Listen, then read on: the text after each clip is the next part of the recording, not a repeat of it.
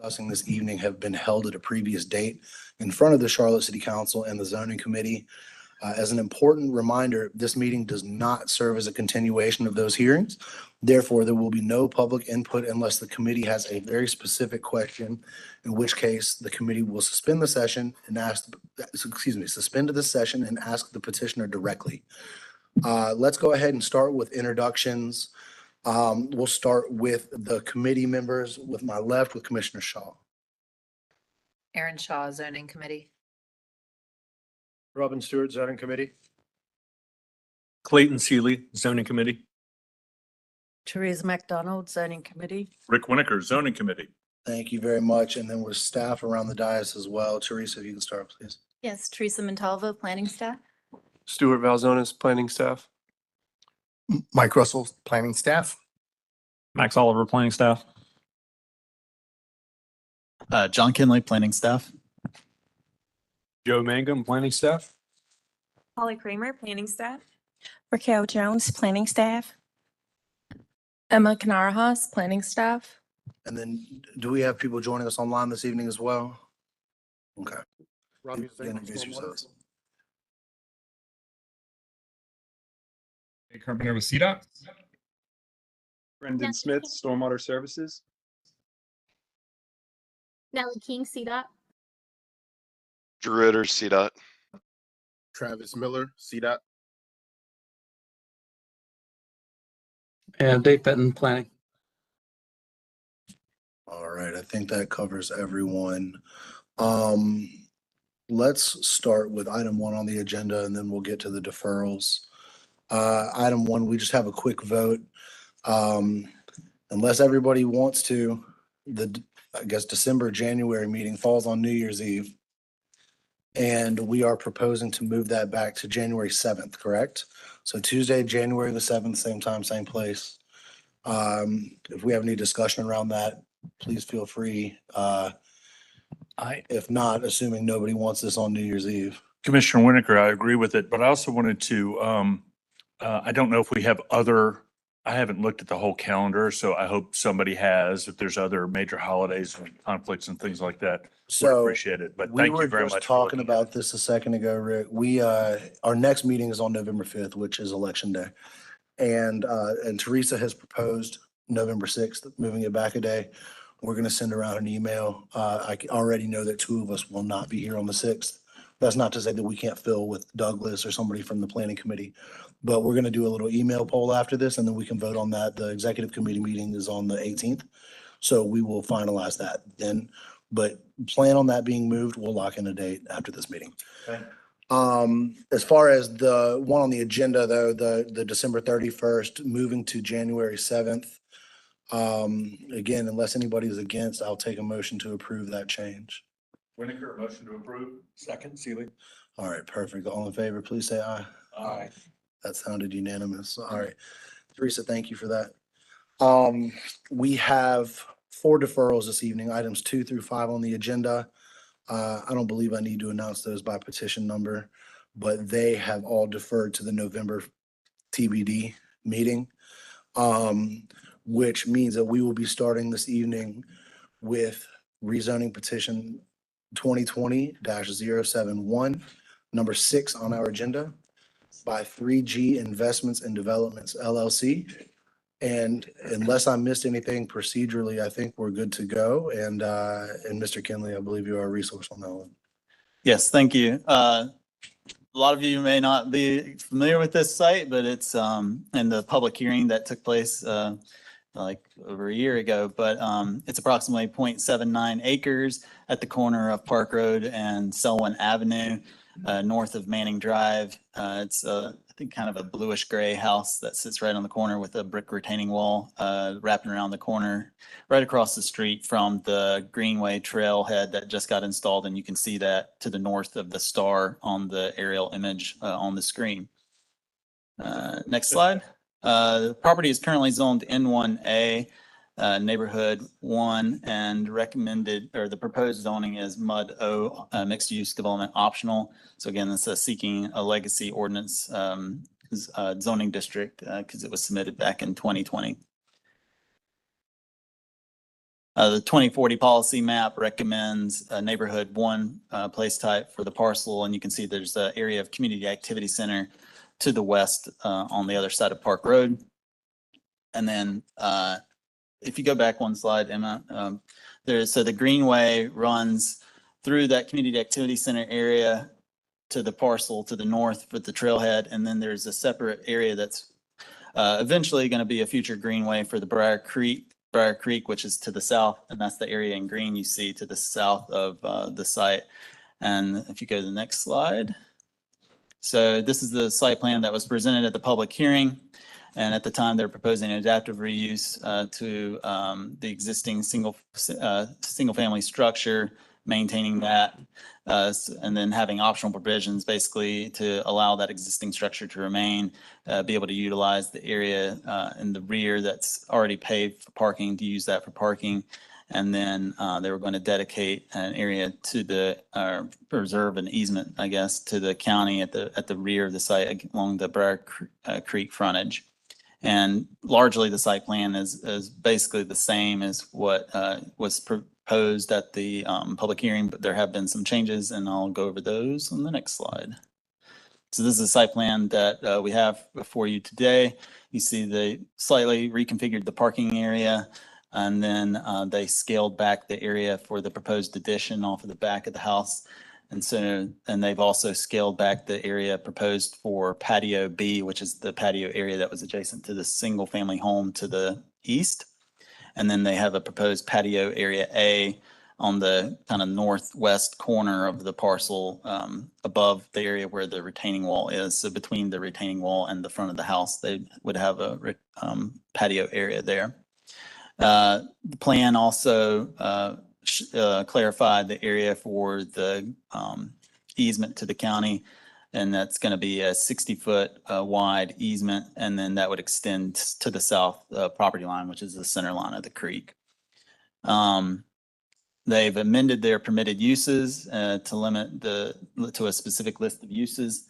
I can read those, and those are type EDE type 1 and type 2 uses, commercial office uses, professional business and general office uses, retail sales, residential uses, buildings for dramatic or musical or cultural activities, services such as beauty shops and barbershops, artist studios and galleries, bicycle services, bicycle sharing stations, small scale class learning business, food establishments and health clinics, and dwellings would be limited to detached, duplex, triplex, and mixed use buildings. Specified that the sale of alcohol would only be permitted if food is also available for purchase, and prohibits the outdoor storage of in the area that's within the existing wood fence at the rear of the site. And you can't really see it on the site plan, but it's basically an area to the south of the proposed parking area that is enclosed with a fence. And we would not, basically the condition would not allow any kind of storage in that area. Limits the use of the existing outdoor patio B. That's changed. The hours of that have changed. So now that the use of that area would be limited to the hours of 8 a.m. and 5 p.m. And that the use limitation would not apply to residential uses. So any sort of commercial activity in patio area B would be limited to those hours of 8 to 5. And then the hours of patio A would be limited from 7 to 8 p.m. Sunday through Thursday, and 7 to 10 on Fridays, and then Saturdays and the days preceding federal holidays. And then any commercial activity in general would cease to operations by 10 p.m. on weekdays and 11 p.m. on weekends and holidays. Going down the list, prohibited the outdoor amplified music in the hours allowed for the outdoor patio uses, and prohibits live music within patio area B. And then allows an expansion of the building on patio area limited to 1,500 square feet combined. And then again, reconfigures the parking area to accommodate 13 spaces, and then modifies screening details for the parking, and modifies an optional provisions to allow the existing streetscape to remain. We do have some outstanding comments from transportation and some minor just note changes that the petitioner has agreed to work on. The think there might be some questions about the CDOT comments, particularly the streetscape and labeling of things like the right of ways and stuff. But feel that those will get resolved before this comes back to the council for decision. Next slide. Staff is recommending approval of the petition upon the resolutions of those outstanding issues related to transportation and land use. It is inconsistent with the 2040 policy map recommendation for neighborhood one place type. It's located at the corner of Park Road and Selwyn Avenue, which are a major and minor thoroughfare. And so this site could serve as a reasonable location for a neighborhood serving commercial use. There's a bus stop at the site on Park Road for Route 19. It's at the edge of a residential neighborhood along Sullivan Avenue, and there's community activity center place type across the street. So this would provide a bit of a transition between those to the activity center and the residential area. And it's within 800 feet of the Park Selwyn Shopping Center. And despite the N1 place type to the north and south and east of the site, it only abuts single family use to the east. North and south of the site are properties that are owned by the city of Charlotte, Mecklenburg County for the Greenway. And then, of course, on the other side is commercial uses. Sites across the street from the Cross Charlotte Trail on the Greenway trailhead, which provides 30, and they provided this, that should be updated, should say 60-foot easement at the rear of the site for Mecklenburg County future Briar Creek use. And then the existing single-family home has been used in the past for office and residential and home uses over the years. A rezoning would allow adaptive reuse of the existing structure, maintain the residential character along Selwyn Avenue, and they put in notes that would limit the business hours and hours of operation of outdoor areas to reduce impacts on that adjacent single-family property owner. The approval of the petition would revise the recommended place type as specified by the 2040 policy map from neighborhood 1 to neighborhood center for this site. Thank you very much, John. That was very thorough. All right, discussion. Any thoughts on this one? Commissioner Winokur? Commissioner Winokur, I recall during the hearing before City Council, there was some animated testimony of a neighbor who lived next door. I don't know this for a fact myself, and it really shouldn't impact what our decision is on this zoning petition. But it's my understanding that that there have been, that they've reached out to that neighbor, and in whatever capacity, they're going to end up resolving all their issues. Regardless, this is a location where, as I was just talking with another commissioner, you know, at the edge of any major neighborhood, you would want to have a corner cafe serving food and that sort of thing, especially along Park Road and across from a very busy shopping area right next to the Cross Charlotte Trail, one of our biggest bike bed greenway investments that we've made. So I would vote in support of the petition. Thank you. Thank you. Anybody else? Alrighty. The only thing I have to say really is to echo you, Rick. I think that that this is a fantastic place for this. It activates 3 different frontages, right? Greenway, Sardis, or excuse me, Selwyn and Park Road. And I think they've done a really good job of helping this with the adaptive reuse to blend into the neighborhood without being quote unquote toxic to the neighborhood, whether it's noise or use or anything like that. So so I very much support this, but again, assuming that they fill the outstanding request from the city. All right, in that case, happy to take a motion. Yeah, motion to approve, Sealy. Having them review the petition and consider the consistency statement prepared by staff to approve this petition, I move that we recommend approval of petition number 2020-071 as it appears before us, and the adoption of the consistency statement. Second, McDonald. All right, we have a motion by Sealy, second by McDonald. All in favor, please say aye. Aye. That is unanimous 4 years later. All right, moving on. Next, we have petition number 2023-070 by Ahmad Developers LLC. Michael, I believe you are a resource on this. Thanks. This is approximately 0.97 acres located on the south side of West Mallard Creek Church Road, east of Claude Freeman Drive and west of Cell Fox Street. The existing zoning, it's currently in neighborhood 1A.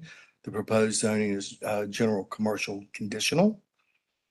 The 2040 policy map calls for a campus at this location. In this proposal, that allows up to 8,650 square feet of commercial retail space. They are dedicating 50 feet of right-of-way from road center line, provides cross access to both adjacent parcels, limits the height to 50-foot max, and a 12-foot shared use path along the site's frontage has been completed. All the outstanding issues have been addressed, which they provided a tree survey and agreed to comply with the tree regulations in the UDO. The petition is inconsistent with the 2040 policy map recommendation for campus place type. However, this property is a remnant parcel not attached or accessible from the rest of the campus, but would support the daily access for workers within the campus. According to the Equitable Growth Framework, access to essential amenities, goods, and services is a high priority need in this area. And this petition has the potential to provide access to daily needs for the businesses and workers of the University Research Campus. Retail uses as ancillary to larger office campus are important to support the campus and provide additional retail sector jobs. Property along the north side of Mallard Creek Church Road is improved with similar small scale retail uses. The properties are zoned MUD O with the place type of general commercial. The proposed development is consistent and compatible with the existing development patterns to the north. They could facilitate the following comprehensive plan goals, 10-minute neighborhoods and diverse and resilient economic opportunity. So staff does recommend approval of this petition. Thank you very much, Mr. Russell. Do we have any feedback, comments, questions, concerns? All right, with nothing there, I will be happy to entertain a motion. Yeah, motion Shaw. Get to the petition number, sorry. Should be prepared It's before on I top of the screen. motion. Oh, thank you. Yeah. Having reviewed the petition and consider the consistency statement prepared by staff to approve this petition, I move that we recommend approval of petition number 2023-070 as it appears before us and the adoption of the consistency statement. All right. Yeah, just as it appears before us, but that's fine. All right, motion by Shaw, Second. second by Sealy. All in favor, say aye. Aye. All right, that passes unanimously. Thank you very much. Next, we have item number 8, rezoning petition 2024-006 by Oak Hill Management. And Claire, I believe you are a resource on this one. I don't see Claire. Yeah, I'm gonna fill in for Claire this Okay. evening. Perfect. Thank you. The site is a 8.83 acre parcel located on the west side of Executive Center Drive, west of Farm Pond Lane. The site is part of a larger office complex, but is surrounded by multi-dwelling development to the east, single family to the southeast, and an educational facility to the east.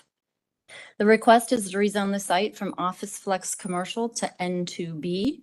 This is a conventional request to allow all uses permitted in the N2B zone. The office park is zoned the remainder of the office park is zoned office flex commercial, but the site abuts R12 MF zoning to the west and N1B zoning to the south. Similar to the zoning in the area, the office park is in the campus place type, but the site is surrounded by the neighborhood place type to the west and to the south. Staff recommends approval of this petition as the requested zone is consistent and compatible with the existing zoning to the west and south.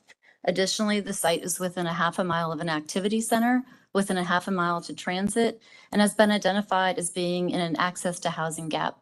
The petition could facilitate comprehensive plans goal 1 for 10-minute neighborhoods and goal 4 for access to transit development.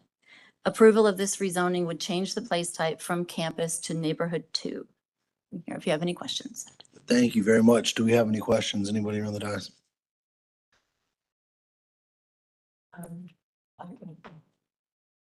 This is McDonald. I just wanted to say that I like this petition and this kind of petition. Adding a little mixed use to basically a big office park that is underused. And in this location, I think would be great. So I'm in favor. Thank you very much, Commissioner McDonald. I agree with you. Anybody else? Any other comments? If not, happy to entertain a motion.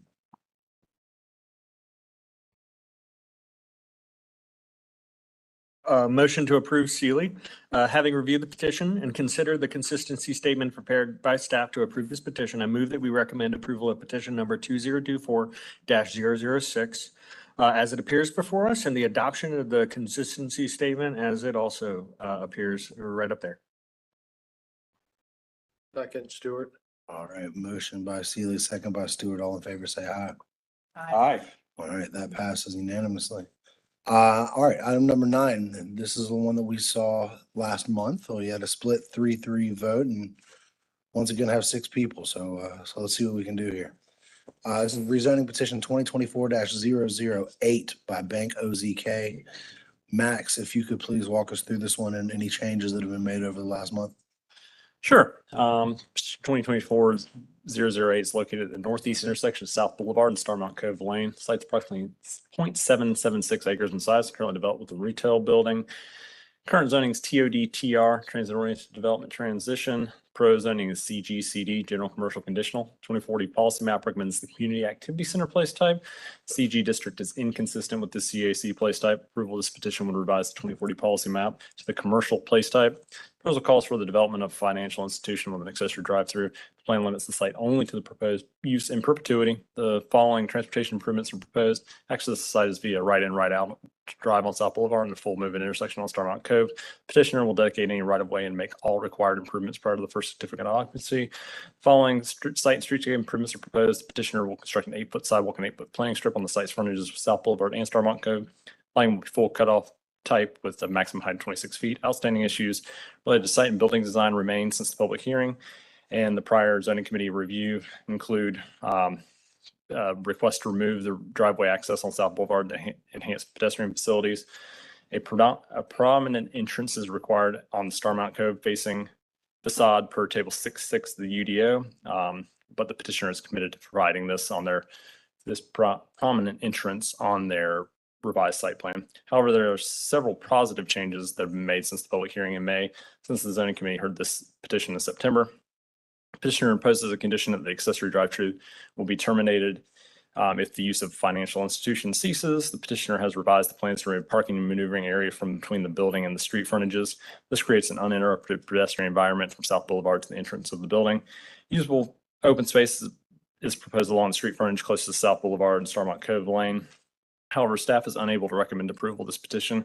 The petition is incompatible with the policy map recommendation of the Community Activity Center. Single-use commercial building with a drive-through is not an appropriate use within a quarter mile of a rail station. In 2019, the city undertook a proactive rezoning, more than 1,700 acres of land to transit-oriented development along the Lynx Blue Line corridor to facilitate new development that contributes to the city's major investment in rail transit and rezone this property from B2 to C. TOD-TR. Financial institutions are permitted in the TOD-TR district and could be built by right if the drive-through was eliminated. Happy to take any questions. Could you repeat that last sentence one more time? The very last thing you said. Financial institutions could be permitted, are permitted by right in the TOD-TR district and could be built, and this use could be built by right if the drive-through was eliminated. Thank you, Max. Sorry, can I ask for a repeat of? Yeah, of course, of course. You said something about the drive-through being eliminated if the use goes away in the middle of your presentation, but I missed exactly what the sentence was. Yeah, so they've added a note that if the financial institution use ceases, that the drive-through use must also cease. It's kind of just a note that reiterates what would be required by the ordinance anyway, because the site plan limits the site to a financial institution with a drive-through. Okay, thank A you. rezoning would be required. Yeah. Thank you very much, Max. Again, we saw this one last month, I believe. Not to put you on the spot, Commissioner Sealy, you were the only one that wasn't at that meeting. Would love to get everyone's feedback on this one because I know we had a long discussion about it a month ago. I know I submitted a decent amount of discussion around this one, the previous iteration. It is nearly impossible to actually walk to that transit station from this location, because there is a freight track in the way. I honestly do not, consider this a transit use space without there being, access to transit that doesn't take 20 to 25 minutes to walk to. So I do appreciate the changes that have been made to it. And there are some things that I do not agree with planning on zoning. This is one of those spots. 7th Street and Elizabeth is another. So I'm actually in favor of this one as much as I hate drive-throughs with a passion. So. Anybody else?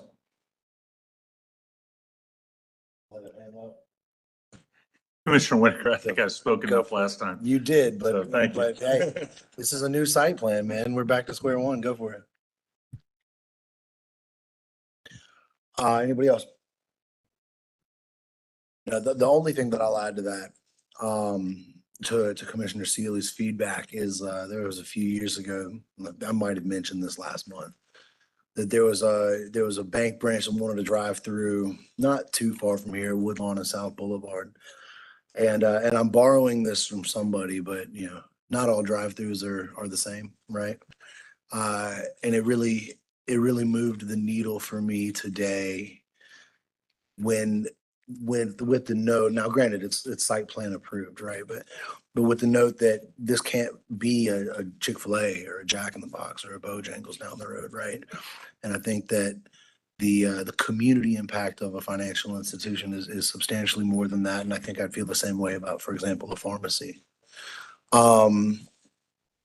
It's not quite holding my nose to vote in favor of this one because I don't love the precedent of downzoning from potential density. But I do think that it makes sense and very appreciative of all of the site plan changes, you know, focusing the green space and the building as close to the street as possible, really listening to staff's feedback and trying to implement as much of that as they can. So, so thank you to the petitioner for all of that work. I know that it took a lot of reconfiguration. That is it for me. Anybody else before we make a motion on this one? All right, well, in that case, let's entertain a motion.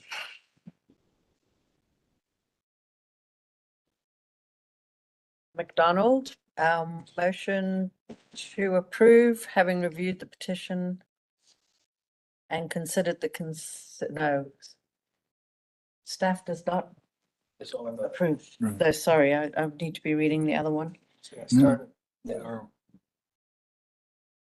So essentially, we having reviewed the petition and considered the consistency statement prepared by staff to deny this, I move that we recommend approval.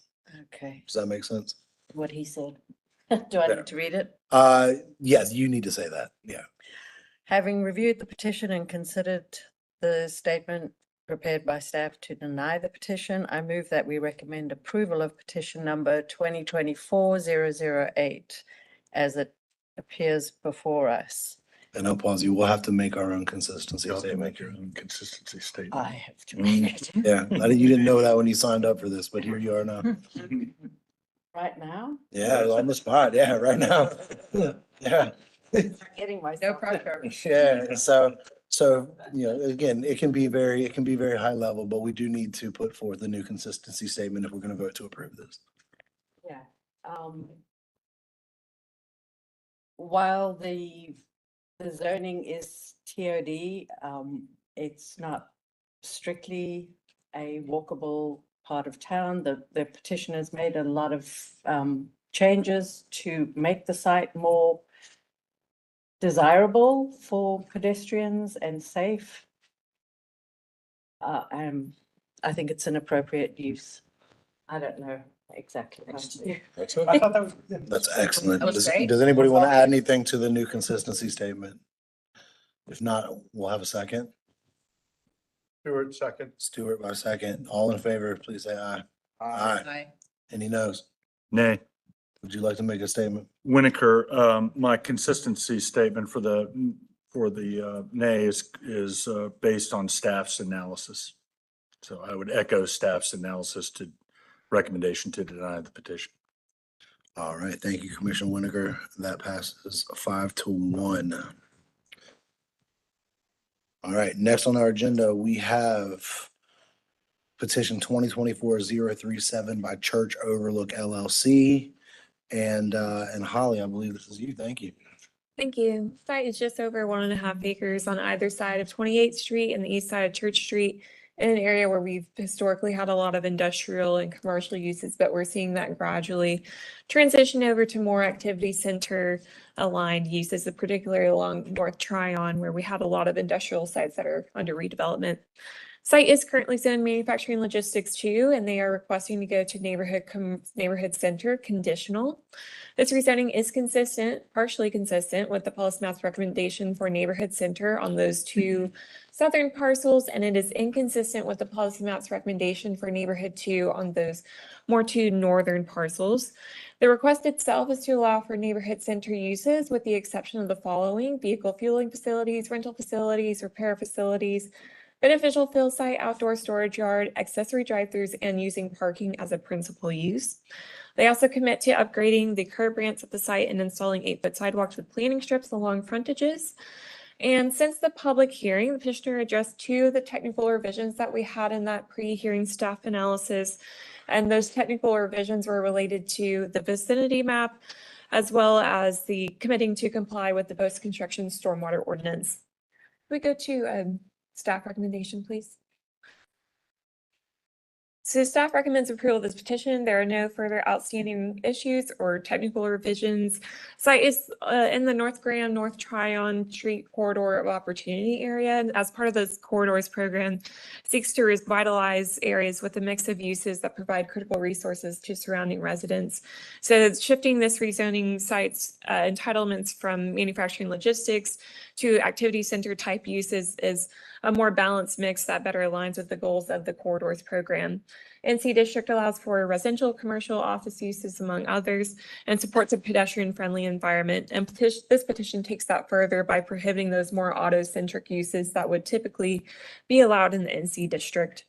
Proposal is consistent with the policy map partially, and where it is inconsistent, the long-range planning team has identified those 2 neighborhood 2 parcels to shift to neighborhood center in the draft revised policy map. So generally consistent with what our long-range team is looking at for this area, and I'll take any questions you may have. Thank you very much, Holly. Any questions, comments, concerns? All right. The only thing I would add to this one is if, with the uses that they're prohibiting and what they envision here, it's like they plucked this from my brain, it's like, this is exactly what I would want to see happen with this site. So thank you to the petitioner. I'll take a motion. Motion to approve, Seeley. Having reviewed the petition and considered the consistency statement prepared by staff to approve this petition, I move that we recommend approval of petition number, where the heck did it go? Here you go. 2024-0037. As it appears before us, in the adoption of the consistency statement as it also appears before us. All right. Oh, well, that says inconsistent and okay, yeah, we're good. All right. Motion by Seeley, Second, Shaw. second by Shaw. All in favor? Aye. Aye. All right, unanimous. Thank you very much. Next, we have petition 2024-045 by Drakeford Communities. And Holly, we will hear from you again. Yes, this site is a little under 4 acres located on the south side of the plaza, west of Lakedale Drive in the Shannon Park neighborhood. This area is largely comprised of single-family and multifamily residential areas with a couple of commercial nodes interspersed throughout. And the site is currently zoned neighborhood 1B. They're proposing to go to neighborhood 2A conditional, and this proposal is inconsistent with the policy map's designation for neighborhood 2 at the site. The petition itself is for up to 45 attached units, no taller than 48 feet in height. The site might also have park or open space areas that may be amenitized. 25-foot Class B landscape yard is called out around the perimeter of the site, and that's against the adjacent single-family areas. Each unit may have up to 250 square feet of open space, or the petitioner will provide usable common open space throughout the site. There will be a 60-foot greenway easement, and that's along the western edge highlighted there on the site plan. And that also includes a 50-foot swim buffer, 8-foot sidewalk, and 8-foot planting strip along the plaza, in addition to an 8-foot separated bike lane. They also commit to providing an upgraded ADA compliant bus stop. Architectural standards are committed to that specify no more than 5 units per building and a maximum building length of 150 feet. Also specifies preferred building materials, screening, pitched roofs, and porches and stoops. Since the public hearing, the petitioner addressed both of the outstanding issues that we had listed in that pre-hearing staff analysis, and they added minimum dimensions for porches and stoops and also confirmed tree survey information with our urban forestry team. So at this time, staff recommends approval of this petition. There are no further outstanding issues or technical revisions. Although it's inconsistent with the policy map's designation for neighborhood 1 at this site, it does meet some of that criteria that we look for in the place type change justifying it, including being located along an arterial road, the adjacency to existing neighborhood 2 developments, proximity to goods and services, and access to multimodal transit options. And this development would allow for uses pretty similar to what's already entitled along the plaza. The site is less than a mile away from areas in a neighborhood center in both the east and west directions, and those centers house neighborhood servicing establishments supporting densification in these abutting neighborhoods, given that future residents may easily access those centers. Petitioner's commitment to upgrade the existing bus stop, construct a buffered bike lane, and expand sidewalk networks facilitates the alternative transit options that are pedestrian friendly and may service those future residents. Additionally, we think it's cognizant of the adjacent single family uses and applying that 25-foot Class B landscape yard and 60-foot greenway easement further supports a bit of screening against those single family areas. And we think that this has helped create a more sensible application of a denser residential product type than is currently entitled. And I'll take any questions. Thank you, Holly. Any questions on this one, discussion?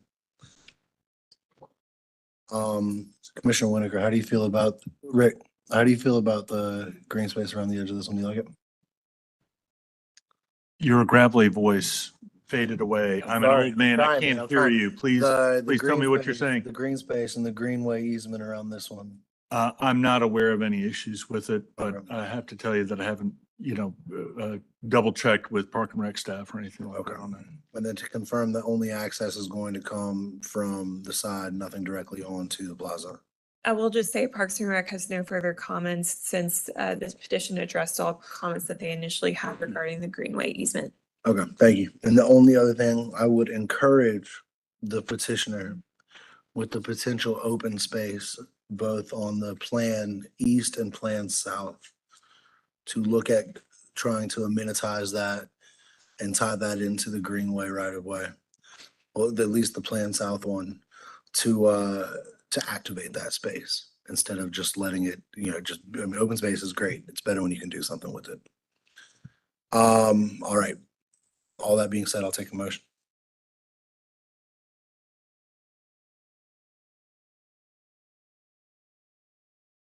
McDonald. Having reviewed the petition and considered the consistency statement prepared by staff to approve this petition, I move that we recommend approval of petition number 2024-045 as it appears before us and the adoption of the consistency statement as it appears before us.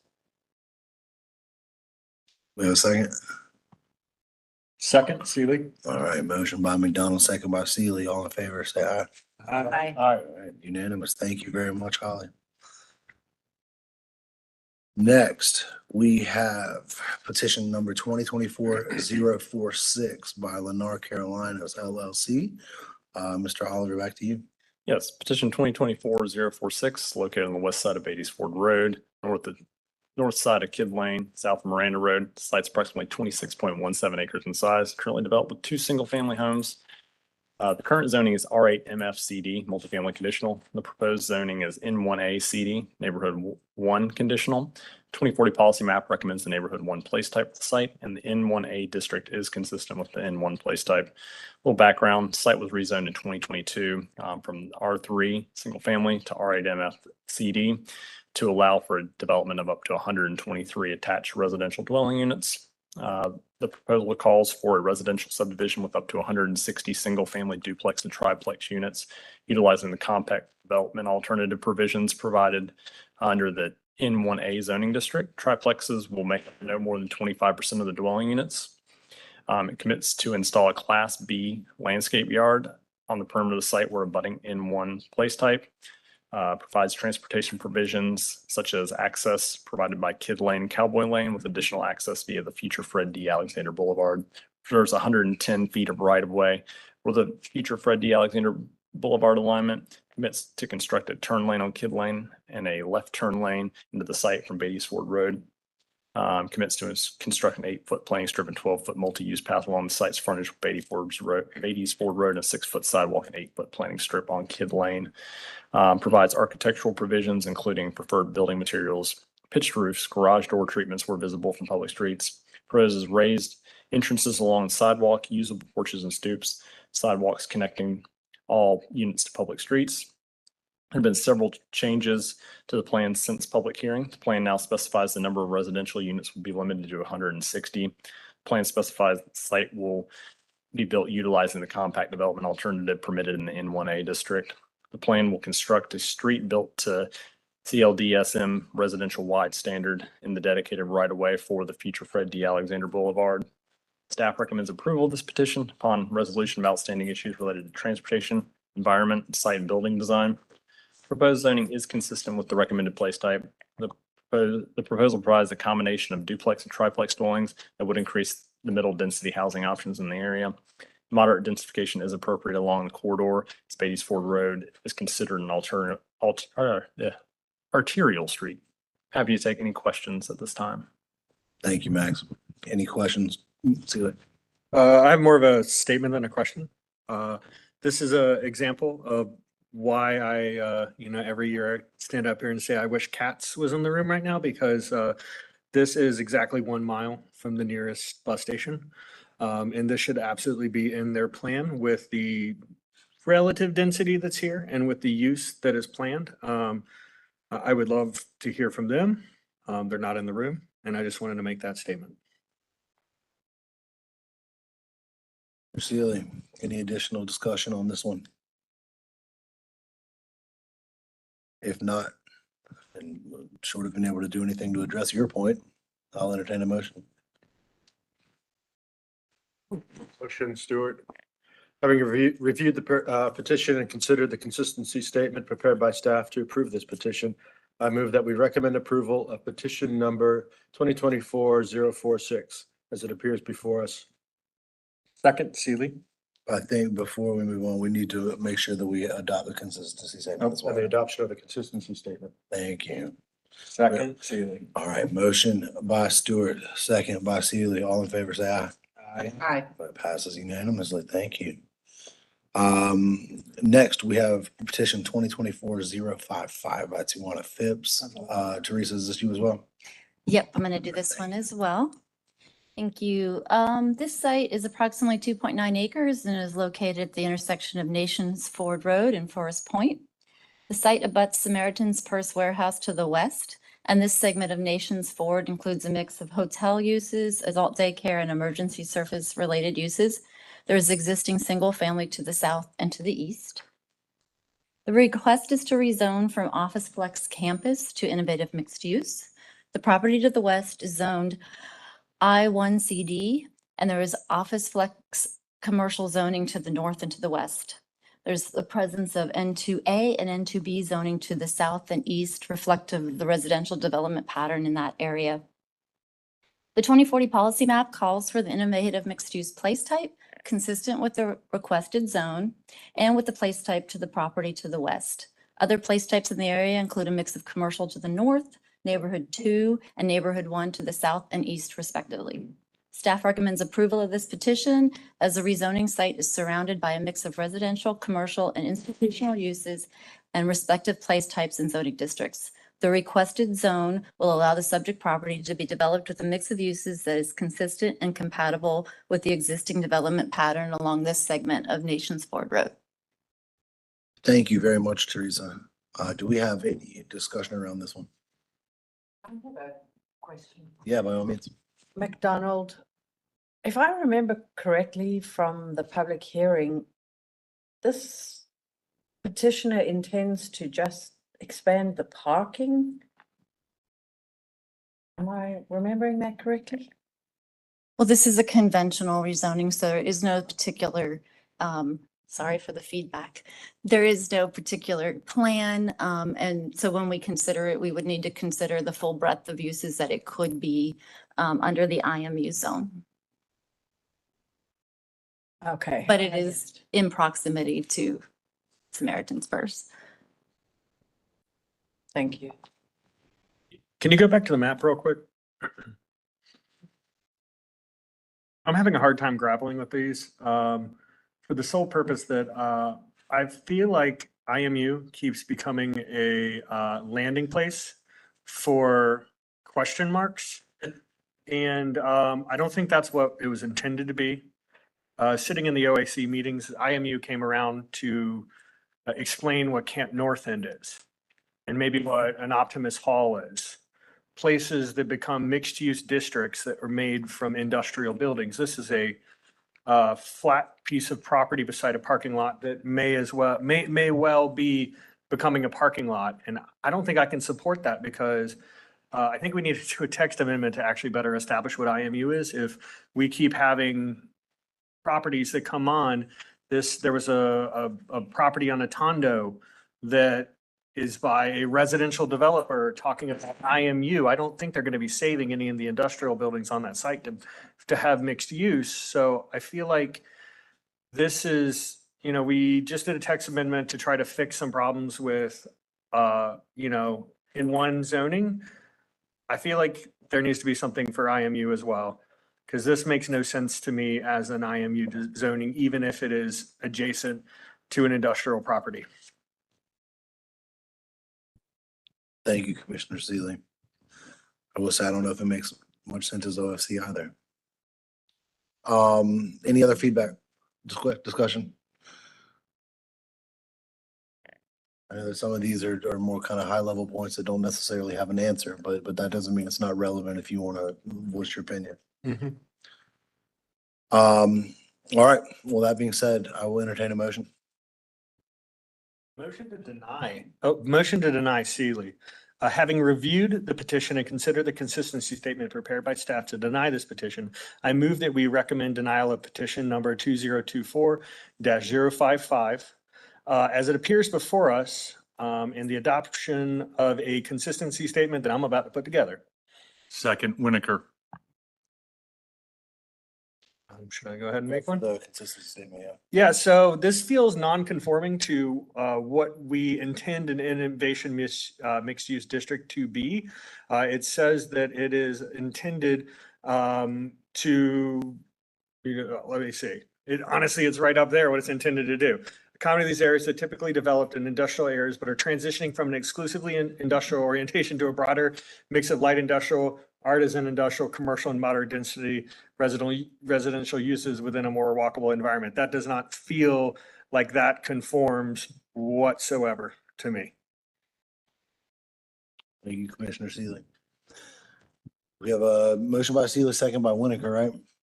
Correct. All in favor of this motion, please say aye. Aye. Any against? Nay.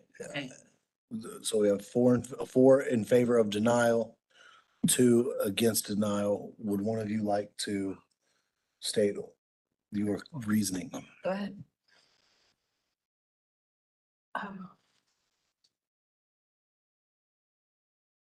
I'm basically in agreement with the planning staff's conclusions on this, but while I understand, and I also don't understand the use of this innovation mixed use zoning in this location. I don't think that that's a bad future designation for a parcel like this. That would allow some flexibility for other uses in the future. So that's why I would support this rezoning. Got it. Thank you. Do we have that down? It was denial 4-2 with Shaw and McDonald, the minority, with the reasoning that Commissioner Shaw, or Commissioner McDonald, excuse me, just outlined. Got it. Thank you. Awesome. All right, moving on. Next, we have petition 2024-057 by Savalex, or some, if I butchered that, apologies, Homes LLC. Max, back to you, please. Petition 2024-057 is located on the east side of Susanna Drive, North Park Road, south of Rouse's Ferry Landing. Site is approximately 6.035 acres and is the site of a single-family house.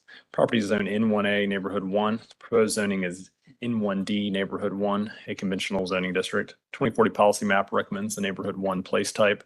N1D district is consistent with this place type.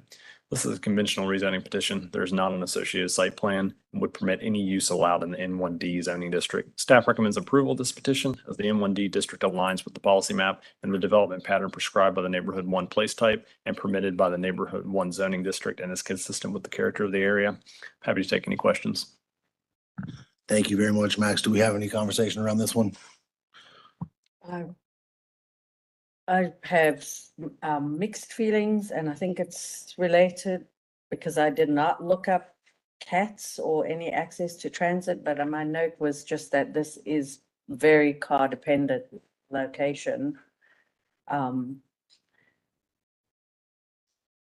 it's not inconsistent with the other housing that's already in place. So I would support this petition. Just have to note that. No transit. That there's no transit. Yeah, it's car dependent housing is what we're adding here. I agree and thank you for that, Commissioner McDonald. Anybody else? All right, with that, we'll take a motion.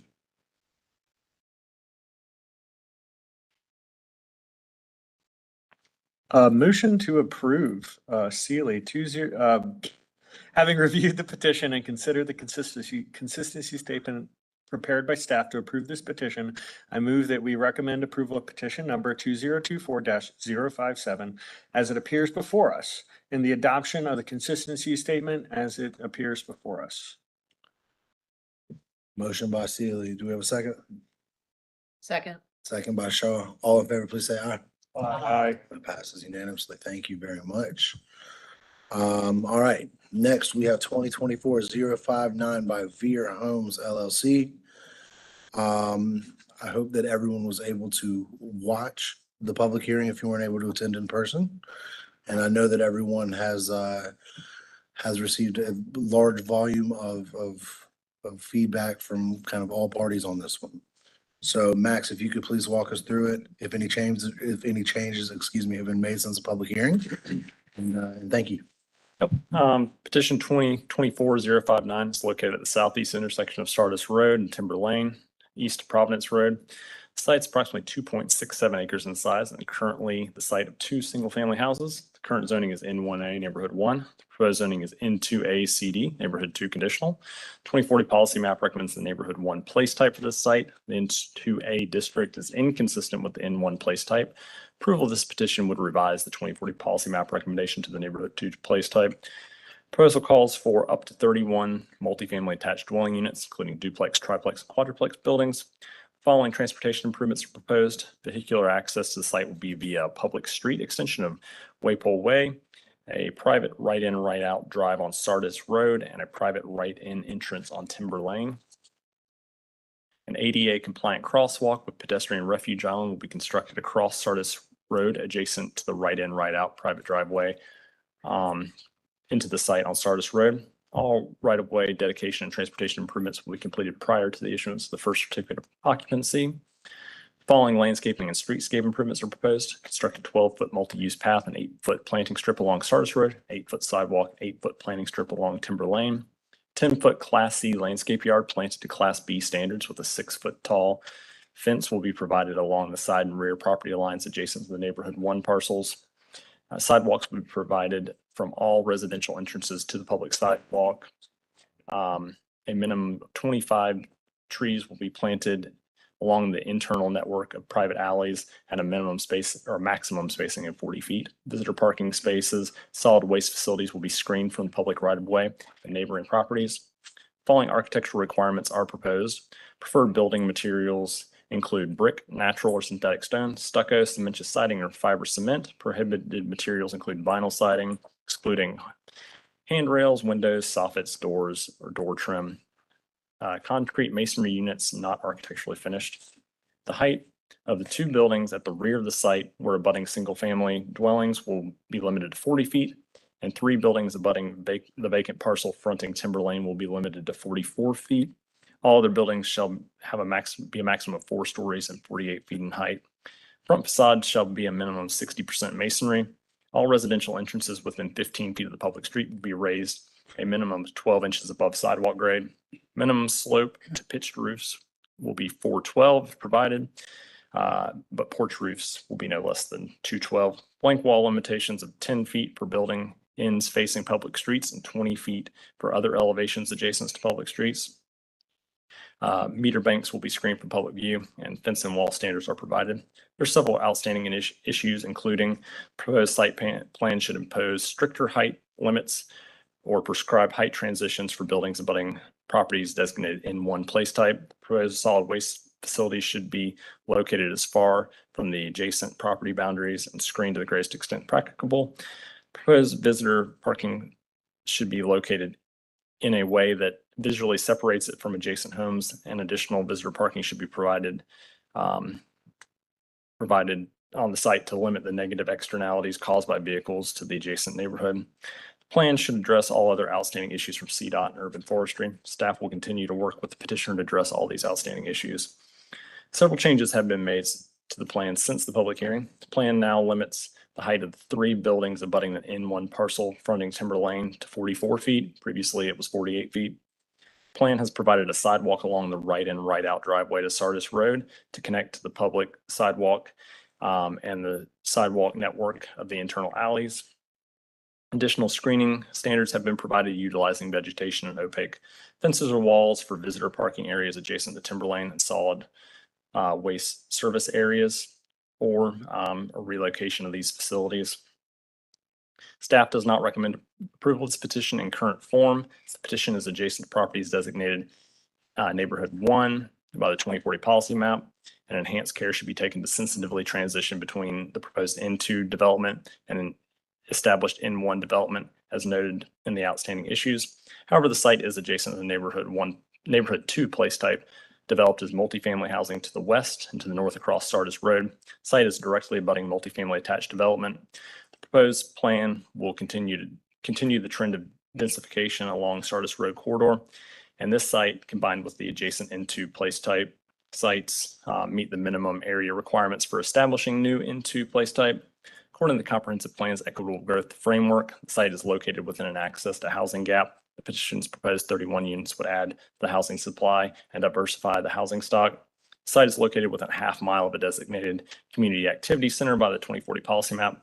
And the proposed site crosswalk spanning Sardis Road would allow direct access to daily goods and services found in the community activity center. And the site has access to several bus routes. Happy to take any questions. Thank you very much, Max. All right, given my conversations, I think there are several people that are going to have feedback on this one. I will take them in order. So who would like to go first? Commissioner Winiger?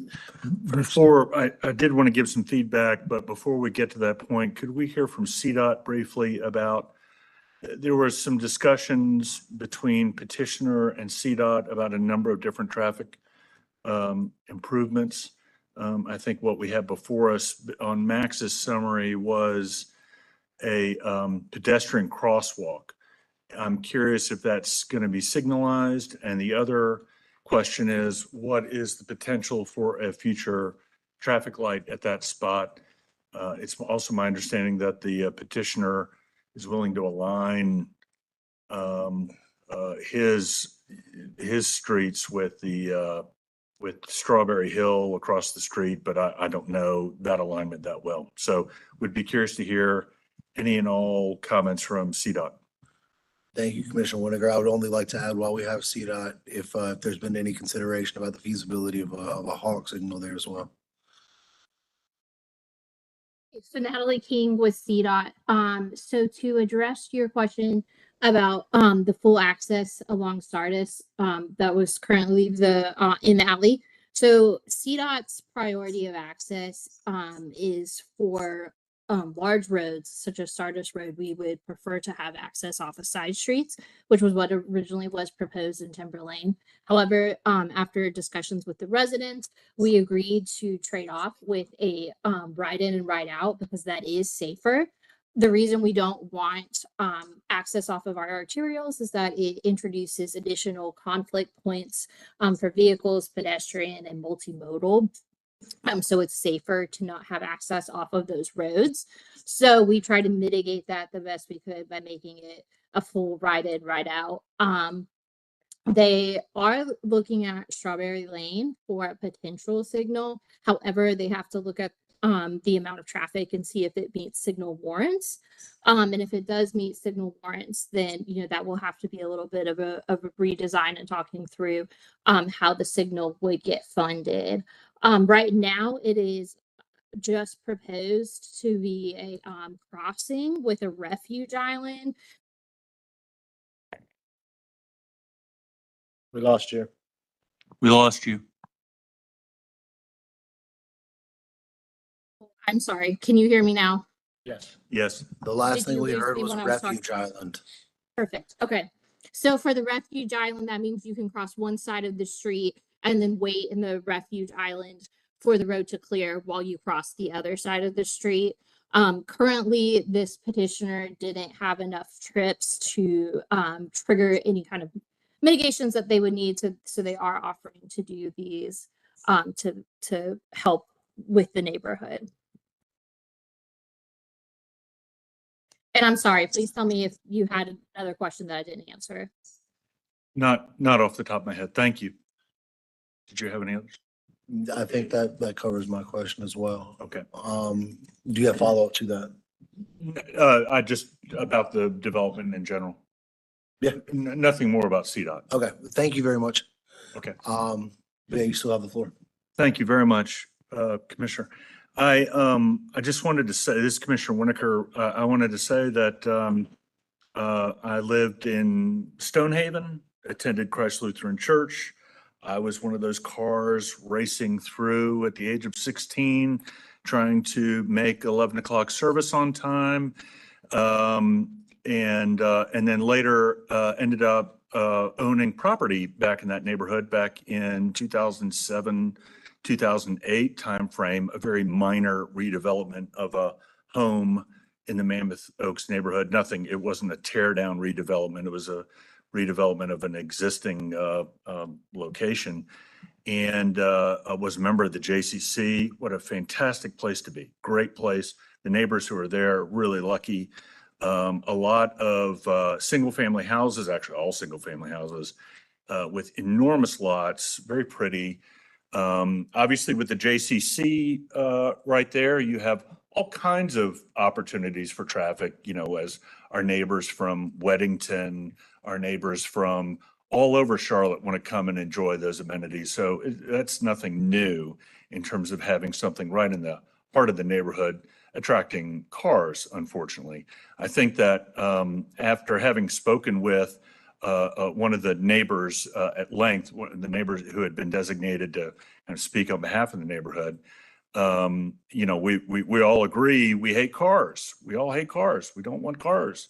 And so a bigger hurdle that we have, for instance, CDOT's proposal to have a crossing on Sardis Road with the refuge island, in my mind, is absurdly ridiculous.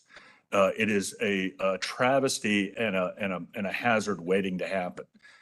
That being said, that doesn't mean, in my mind, denial of this petition. It means that we all need to work together to do a number of things. One, make sure that CDOT is properly funded to actually have safe, walkable, bikeable opportunities throughout Charlotte, even in hellscapes like we have on Sardis Road. I live down off of Sardis Road or down Boyce Road, and the place is a hellscape. And but at the same time, though, in terms of this particular development, in talking with the neighbor, it's like, how many neighbors do you not want to have? Is instead of 31, is it 26 neighbors that you're okay with? So it's four future families that you don't want living there. It's not going to be an explosion. This is not going to lead to an explosion of cars. Another dynamic, however, in the neighborhood, and when I lived there, was very much of a sense of hostility to any change within the neighborhood, which is not unusual in the city of Charlotte. This is not unusual at all. In particular, there was one development that the developer wanted to have to build 2 homes, enormous homes, on 1 lot or 1.5 lots, something like that. It was very much opposed. There were signs in yards, money kicked in for attorneys. I might have had one of those signs in my yard. I might have kicked in for an attorney. I can't remember. It's a long time ago. But I do remember that there was an enormous amount of hostility to basically any kind of change. And that is understandable. There's a long tradition of that hostility here in the city of Charlotte. It's why we've had such poor land planning for so many decades. Why so much of our experience in Charlotte is so car-oriented and car-driven because we have been so hostile to density. Of course, for so long, that hostility has been, and quite candidly, I don't think anybody should be surprised, race-based, very much racial hostility to density traditionally. I'm not saying that's what's going on here, but what I am saying is that hostility to density for the sake of the hostility to density is not logical. It's emotional. The emotions are very understandable. And Commissioner Blumenthal, we have received a number of emails on this. It pales in comparison to some of the ones that we had last year, and I look forward to seeing more emails in the future. I think that I would urge all of the citizens in the Mammoth Oaks neighborhood to continue to stay involved, especially with putting flame to the feet of City Council in making sure that CDOT is properly funded so that we can have safe bike ped infrastructure everywhere, including at this location. But these are much needed homes. The only other thing I would do is I would recommend that the petitioner look very closely at what they can do to screen off that one. It's basically one home, one neighboring home. If they can do a better job of screening off that home before the next City Council meeting, that would be a really good idea. Thank you very much for your time. All right, Commissioner Seeley next, and then after that, who else? Stewart? Yeah. All right, we'll go Seeley, Stewart, Shaw, McDonald. Is that all right? You mind bringing up the rear? All right, perfect. All right. So during the zoning hearing, we heard tons of community outcry about this project. Items ranging from traffic to ingress and egress to concerns about aging in place. I had community leaders taking me aside at events to talk about this, which is not something that happens very often. This one has personally been a hard one for me because I feel the density is very appropriate for the site. And it's exactly how we encourage people to walk places and to find services. It's just a short walk from a fresh market, a veterinarian clinic, a gym, banks, churches, and a couple of additional future mixed-use developments. This is about as close to a 10-minute neighborhood as we can get in this part of South Charlotte. However, I do have significant concerns about the developer's recent lack of discussions with the community. And should this go forward, and to be honest, I still don't know which way I'm going to go at this point. I would hope the developer opens their ears to what this community has to say, and also works hand in hand with CDOT to make as many improvements as possible I have been stuck at that light at Sardis and Providence Road. At one time, I had a board meeting at Charlotte Latin, and it took 5 light cycles for me to turn left. What? And I was late. I almost on the way there, I was like, "Am I going to resign because I can't ever do this again?" It's hard around there. That said, I don't know that 30 units is going to move that needle. But we need to make significant upgrades to the entire experience from CDOT in this area. So that's all I have to say. Thank you, Commissioner Seeley. Commissioner Stewart. Yeah, I had a more of a tactical question. So the staff recommendation is to deny this petition. I got a note saying that the outstanding issues that staff has brought up are all been agreed to. I understand this probably doesn't represent that conversation that seems to have happened very, very recently. Are you aware of any additional staff issues that have not been addressed to this point? So we have been in conversation with the petitioner and they have made some agreements recently, but we cannot, this plan does not reflect that and this analysis does not reflect that. They'll have to resubmit following this hearing and we will review it, from all aspects that it needs to be reviewed, urban forestry, CDOT and rezoning staff. Thank you. Commissioner Shaw. Yeah, I agree with a lot of what has been said by Commissioner Winokur, Commissioner Seeley, in terms of, I think this is the right development in the right location. And I, applaud the Mammoth Oaks community for kind of coming together and giving what's been, for the most part, or seemed to have been constructive feedback and helpful feedback. And while I'm sure there are some folks saying we don't want any development, it seems like they've said, hey, we know this is going to happen, but here are our comments. It strikes me that we just reviewed and approved a petition from 2020. And if my memory serves on this petition, the first submittal was May of 2024. And so my concern is not with the overall petition, the overall concept and the overall, I guess, idea of rezoning the site to accommodate this density. I think my only concern with approving tonight is that it feels like we're trying to fast track something without having had an opportunity to review the requested changes that the neighborhood has asked for and the petitioner has presumably is working to accommodate. So my reservations as far as approving tonight, would be based on that.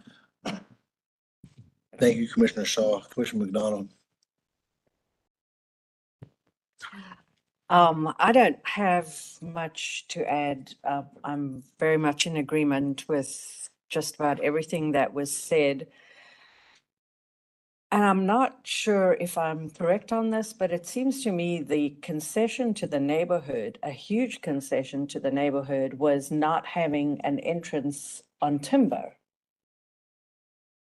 And that perhaps that concession has led to so many other compromises on this site. I don't know.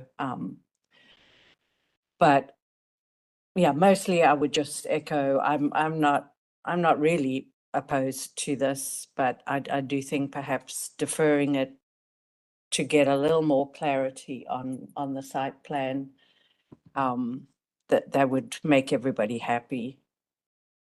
Well, that may be impossible. Winokur, thank you for reminding me.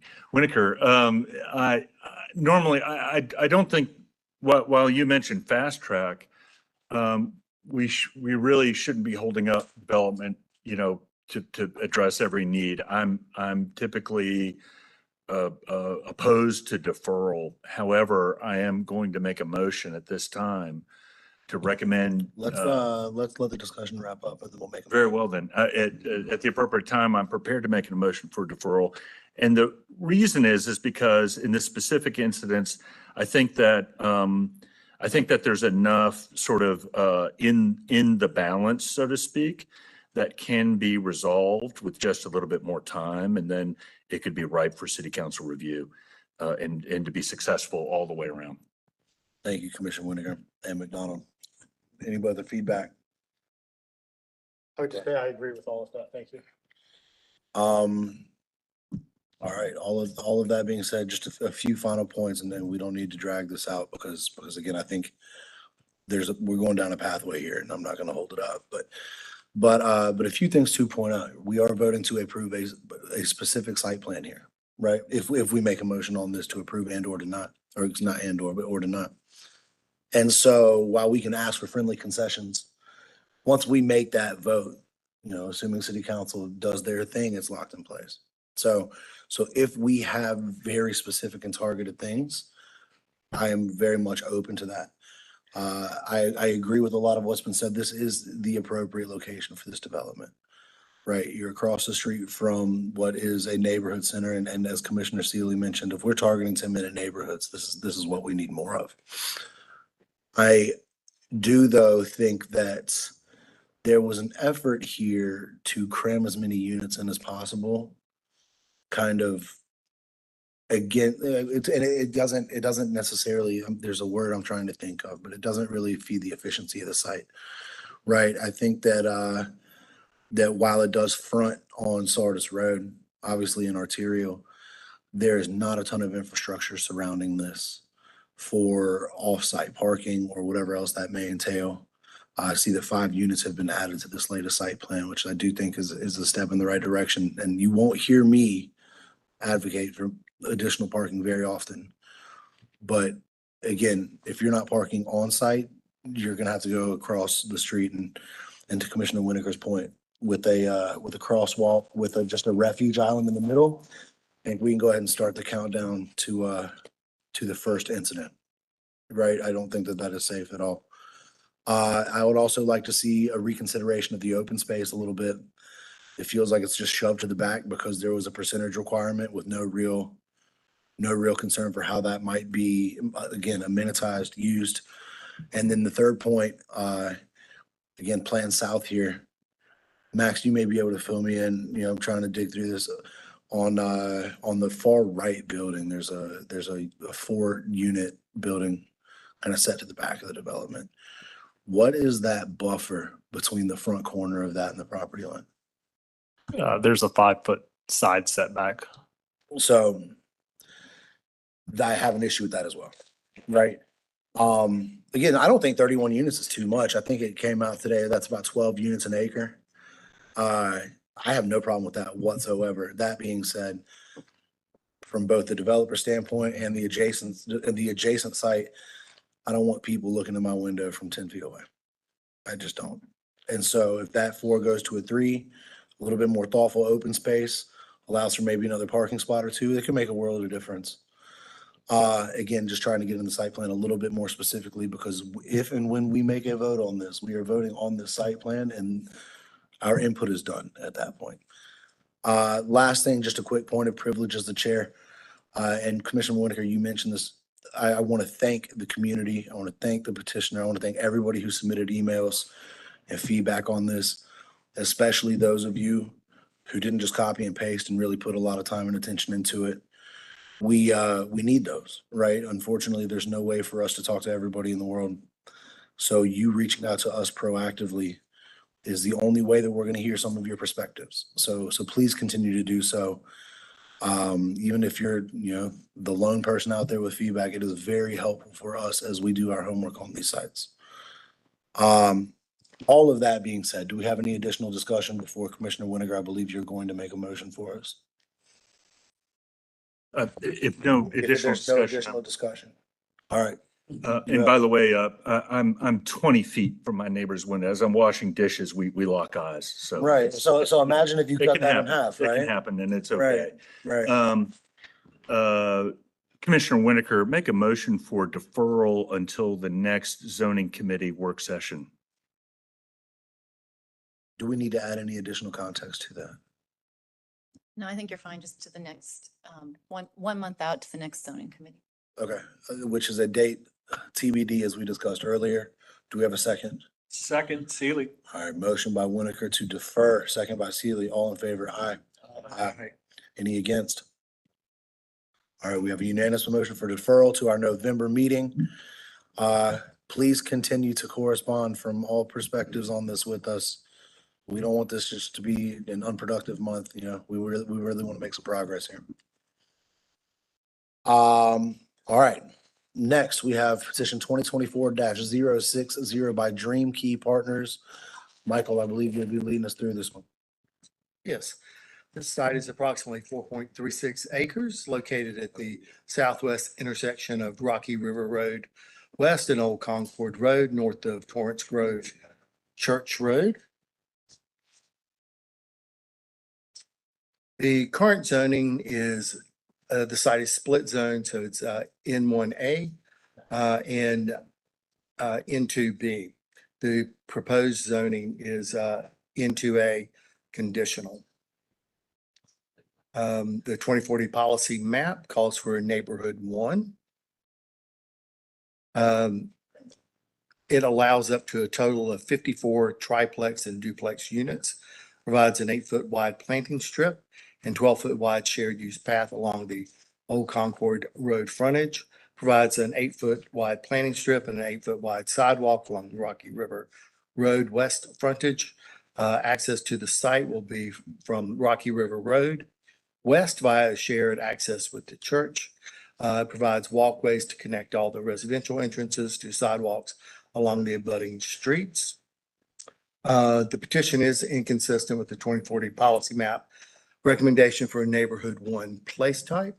However, the proposed development would fill a need for housing in an area that has been identified by the Equitable Growth Framework support to be in a housing gap area. The petition provides a diversity of housing options by increasing the presence of middle density housing, such as the duplexes and triplexes. The subject property is about a mile from the nearest community activity center, providing access to goods and services. A portion of the site is zoned N2B, which could allow multifamily attached and multifamily stacked units anyway. The existing church driveway off Old Concord Road and the 40-foot setback from the southern boundary will provide transition to the existing single-family zoning to the south. The site is just over 1.5 miles from the Lynx Blue Line and just under a mile from a Greenway trailhead, the Toby Creek Greenway. The site has frontage along 2 arterials, according to the Charlotte Streets map, includes Rocky River Road and Old Concord Road. And it could facilitate the following comprehensive plan goals of 10-minute neighborhoods, neighborhood diversity and inclusion, and housing access for all. There are some outstanding issues related to transportation, but I spoke with the petitioner this afternoon and they've agreed to clean up all the outstanding issues. So staff does recommend approval. Be glad to take any questions. Thank you very much, Michael. Do we have any discussion on this one? Just a comment. By all means. This is another one that I really like, the idea of a church using their land to provide housing. I believe that there's an affordable component to this as well. I may have zoned out for a second, but Michael can always give is us. that, and then the proximity to the Greenway, which takes you to UNCC, to University Research Park. I mean, lots of job opportunities within a bike ride that is very feasible, as well as, you know, the Lynx Blue Line. I think it's a great project and I would be happy to support it.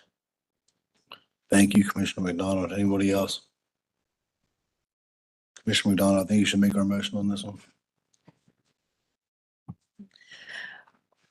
McDonald, motion to approve, having reviewed the petition and considered the consistency statement prepared by staff to approve this petition. I move that we recommend approval of petition number 2024-060 as it appears before us, as and the adoption of the consistency statement. Second, Stewart. All right, motion by McDonald, second by Stewart. All in favor? Aye. Aye. Any against? All right, unanimous. Moving right along. Petition 2024-062 by Otis Crowder. Max. All right, y'all are gonna get tired of hearing from me, but this is 3 in a row, then I'm done. Petition 2024-062 is located along the southwest side of Brookshire Boulevard, southeast side of Fred D. Alexander Boulevard. The site's approximately 7.4 acres and is developed with 2 office buildings. The current zoning is ML2, Manufacturing and Logistics. The proposed zoning is IMU CD, Innovation Mixed Use Conditional. 2040 policy map recommends the manufacturing and logistics place type for the site. The IMU district is inconsistent with the M&L place type. Approval of this petition would revise the 2040 policy map recommendation to IMU place type. Proposal allows for the continued operation of 2 office buildings on site, as well as the proposed 4,500 square foot expansion of the use of the northern office building. Petition limits the total number of principal buildings to no more than 2. The plan specifies prohibited uses such as residential, hotels, motels, live performance venues, nightclubs, outdoor markets, and lodge and meeting halls. Access to the site will be from an existing driveway on Brookshire Boulevard. All applicable transportation and roadway improvements will be completed, and dedication of all applicable rights of way will be conveyed prior to the first certificate of occupancy. Any proposed building expansions will utilize materials that are architecturally compatible with the existing buildings. Since the public hearing, the petitioner has corrected the required setback along Brookshire Boulevard and now shows a 24-foot setback from future back curb. Staff recommends approval of this petition upon resolution of outstanding issues related to transportation and environment, as the plan would allow for the continued operation of a business on the site, as well as the expansion of office facilities, which would not be possible under the current ML2 zoning.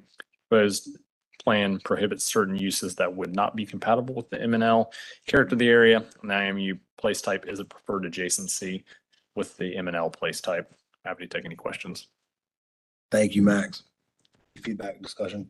Commissioner Stewart.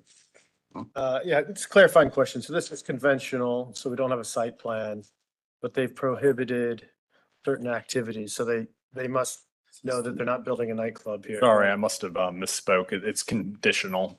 Conditional. IMU CD. Thank you. So, yep, it is based on the site plan and they are prohibiting those certain uses. Specifically, we did not want to see residential in this location. Thank you. Just wanted to make another IMU note. This feels weird. Feels like it doesn't conform to our overall vision for what IMU is. However, there are 2 existing buildings on there. I don't want to keep them from being conforming to something. As a clarifying note to that, not to close discussion, but as a clarifying note, they are looking to expand for office uses, which would not be allowed in the current ML zoning. Is that correct? That's correct. Standalone offices are not permitted in ML1 or ML2 zoning districts. Got it. So IMU would be the strategic parallel to that, Be right? the closest facsimile. Okay, thank you. Does anybody else have any questions, comments, discussion? In that case, I'll entertain a motion. Somebody. Stewart, having reviewed the petition and considered the consistency statement prepared by staff to approve this petition, I move that we recommend approval of petition number 2024-062 as it appears before us and the adoption of the consistency statement. Second, Seeley. All right, motion by Stewart, second by Seeley. All in favor? Aye. Aye. Aye, and that passes unanimously. I would like to make just one point that this one is different from the previous one in that it is not just a hedge on raw land for future development, but has a more targeted use. And I believe I speak for multiple people around the dais that that is what differentiates it from the petition that we heard earlier this evening. Next, 2024-063 Alchemy Development LLC. And Max, take us away. Yep, petition 2024-063 is located on the north side of State Street, east of South Turner Avenue and west of Beatties Ford Road. The site's approximately 1.33 acres in size and developed with a commercial building and a material storage yard. Current zoning is N1D, Neighborhood 1, N2B, Neighborhood 2, and B1CD, Neighborhood Business Conditional. Proposed zoning is into ACD, neighborhood 2 conditional. 2040 policy map recommends the neighborhood 1 place type of the site, and into A district is inconsistent with the N1 place type. Approval of this petition would revise the policy map to the neighborhood 2 place type. Proposal calls for the development of up to 29 multifamily attached dwelling units, limited to 5 units per building. Following transportation improvements are proposed. Vehicular access will be via a driveway on State Street, leading to a network of internal alleys. All transportation improvements will be completed prior to the issuance of the first CO. Following landscaping and streetscape improvements are proposed. They'll construct an 8-foot multi-use path, an 8-foot planting strip along State Street. 10-foot Class C landscape yard will be provided along the side and rear of the site. Walkways will be provided to all residential entrances to the public street. Following architectural requirements are proposed. Includes preferred and prohibited building materials, minimum slope to pitched roofs, usable porches or stoops, raised entries and blank wall limitations adjacent to public streets. Buildings will be limited to no more than 150 feet in length. HVAC, meter banks, and solid waste areas will be screened for public view. Since the public hearing, the petitioner has added a note that specifies a minimum of 6 trees will be planted at a maximum spacing of 50 feet along internal alleyways. The staff recommends approval of this petition as the proposed development would fill a need for housing in an area that has been identified by the comprehensive plan as lacking access to housing. The site is located within a half mile of a designated neighborhood center and within a block of the Stewart Creek Greenway, Seversville Park, and Martin Luther King Park. And the site is well served by transit, located within a half mile of 2 Lynx Gold Line stations, as well as the number 1, 7, 8, and 34 buses. I'm going to take any questions at this time. Thank you, Max. Any questions, comments around this? Mr. Seeley? I just want to say that I think this will be one of the many rezonings we see in this area in the coming years. This is a very up and coming area because of the recent redo of Savona Mill. So I hope that we see more like this in the future, especially with the close proximity to the bus lines as mentioned and the Gold Line. This is the exact kind of place where we want to see this into. And that's all I have to say. Thank you, Commissioner Seeley. Anybody else? One quick question, Max, and I know you went through this quickly. What is the, for this development particularly in an N2A, what is the height maximum? The maximum height would be 48 feet. 48 feet. Is there any requirement, and again, I don't know that this is quite the site for it yet, but just to Commissioner Seeley's point, is there any requirement for any additional amenitization, ground floor retail, anything like that as a part of this? Not in the N2A district, and none is proposed on the site.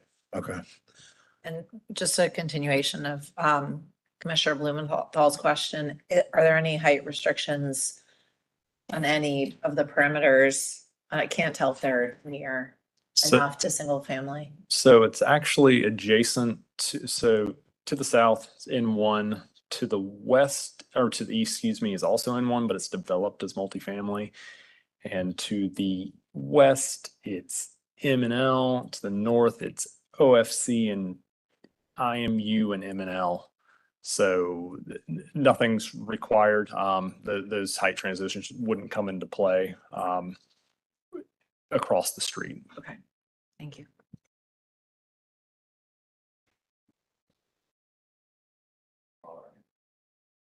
Happy to entertain a motion.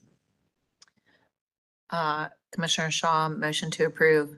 Having reviewed the petition and considered the consistency statement prepared by staff to approve this petition, I move that we recommend approval of petition number 2024-0-063 as it appears before us, and the adoption of the consistency statement as it appears before us.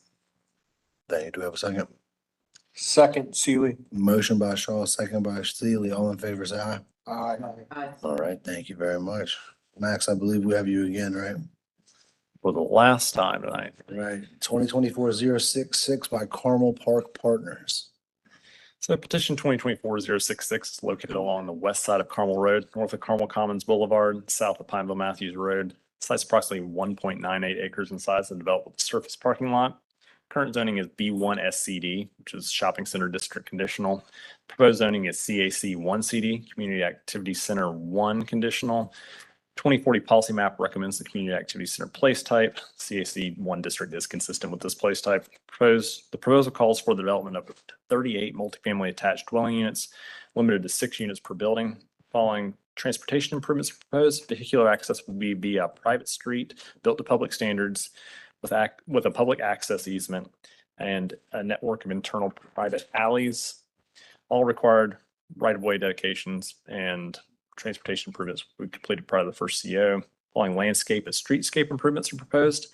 They'll construct a 6-foot sidewalk and 8-foot planting strip along the proposed private street. All units fronting the private street will have direct sidewalk connections to that street. Walkways will be provided from all residential entrances to the private street. Trees will be planted along the private street and an internal alley network. Sidewalk is proposed to connect the private street to the southeastern portion of the Carmel Commons Shopping Center. A minimum 30-foot wide landscape yard planted to Class B standards with a minimum of 2 small maturing trees per 30 linear feet with an 8-foot opaque screening fence will be provided at the rear of the property, adjacent to the back of the house with the shopping center. 10-foot wide landscape yard planted to Class B standards with a 6-foot opaque fence will be provided at the sides of the property adjacent to Carmel Commons Shopping Center. Following architectural requirements are proposed. Primary building materials will include brick, stone, or synthetic cementitious siding. Vinyl, ephes, and masonite are prohibited as primary building materials. Pitched roofs, if included, will be a minimum of 512. Shed roofs, 212. Front elevations will have blank wall limitations of 10 feet, and corner elevations of 15 feet. Maximum height permitted is 52 feet. Each unit will have a covered stoop.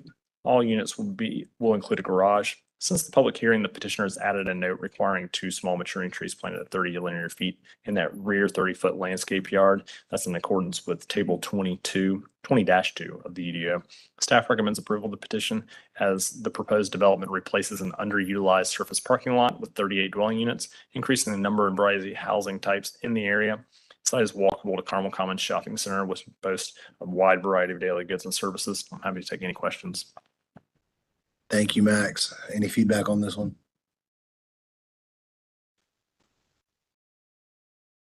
Only one thing, obviously this private road that's being built is on a separate parcel.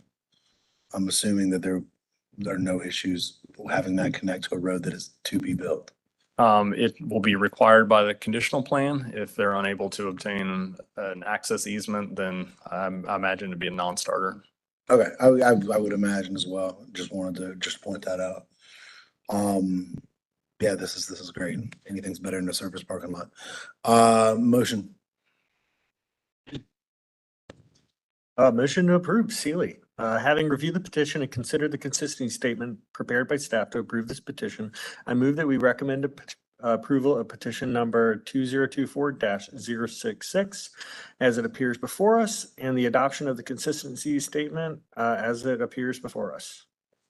Second, McDonald. Motion by Sealy, second by McDonald. All in favor? Aye. All right, unanimous again. Thank you very much, Max. You can rest your voice tonight.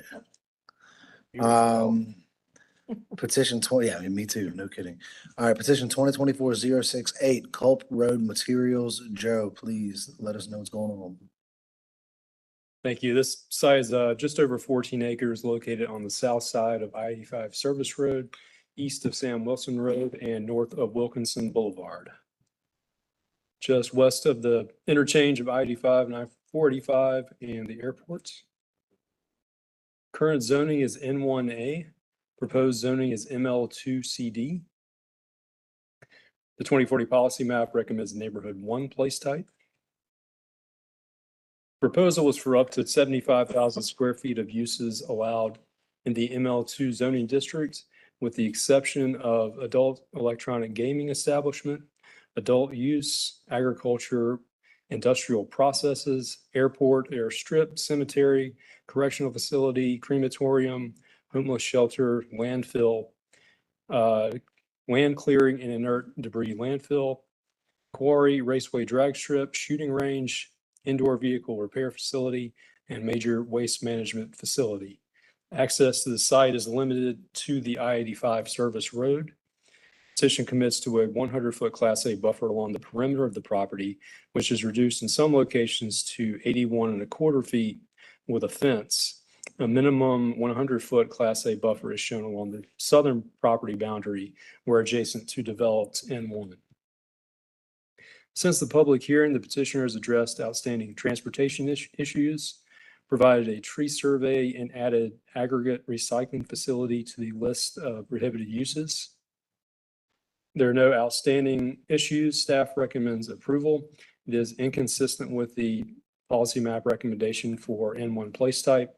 However, the location along I-85 near interchange with I-485, the limiting of the site access to the I-85 service road, appropriate buffering against N1 uses, prohibiting the most noxious uses of the ML2 zoning district. That those items we point to in supporting this petition, and I'll be happy to take any questions. Thank you, Joe. Any discussion on this one? Would you mind going back, please, to the slide about the uses that they're excluding? Okay. Yeah, I mean, I think I like most of these, right? I would encourage the petitioner, any other kind of primarily just exclusively automotive centric uses, right? I think we're trying to strike that from a lot of the ML2 zonings.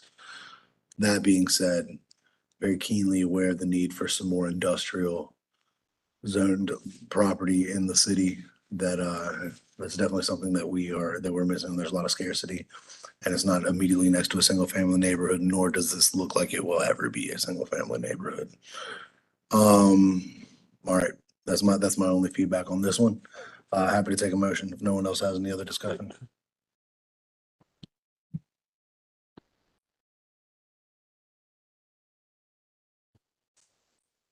McDonald, having reviewed the petition and considered the consistency statement prepared by staff to approve this petition, I move that we recommend approval of petition number 2024-068 as it appears before us, and the adoption of the consistency statement as it appears before us. Second, Seeley. Motion by McDonald, second by Seeley. All in favor?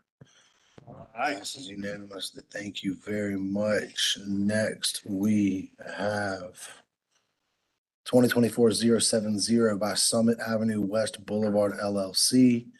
Emma, you're up. 2024-070 is approximately 4.96 acres along the south side of Mount Holly Road, east of Atkinson Drive and west of Freedom Drive. As you can see, surrounding the site, we have single-family neighborhoods, and we also have some industrial. The current zoning is CG, General Commercial. The proposed zoning is ML1, Manufacturing and Logistics. The 2040 policy map calls for the commercial place type for this site. It is conventional, so there is no associated site plan. Staff does recommend approval for this petition. Even though the petition is inconsistent with the 2040 policy map, staff recommends approval because the application of the ML1 district at the site is compatible with the existing industrial zoning in the area and provides a transition between the ML2 district to the south and east of the site and the single-family areas to the north and west.